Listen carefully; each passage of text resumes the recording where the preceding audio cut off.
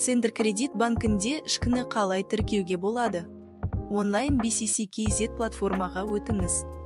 ШКны тіркеу батырмасын басыңыз. Бұдан кейін телефон нөміріңіз бен ШС нөміріңізді енгізуіңіз қажет. Жалғастыру батырмасын басыңыз. SMS кодтың келуін күтіп, хабарламамен келген кодты енгізіңіз.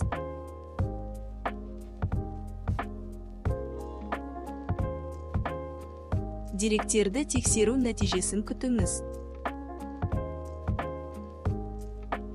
Компанияңыз туралы келесі деректерді енгізіңіз. ЖК атауы, электрондық пошта, сондай ақ бизнесіңізді жүргізетін мекен-жай мен жүргізілетін бизнес орны бойынша салық органы.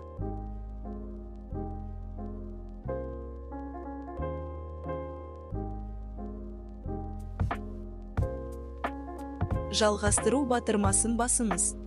Келесі бетте негізгі қызмет түрінің кодын және салық салу режимін таңдаңыз.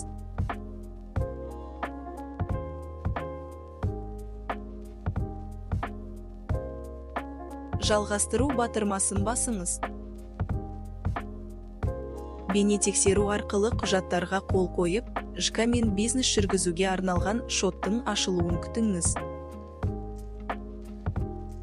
ШК бойынша құжаттар сіздің электрондық поштаңызға жіберіледі. BCC бизнес қолданбасын жүктеп алып, шотты кез келген жерден басқарыңыз.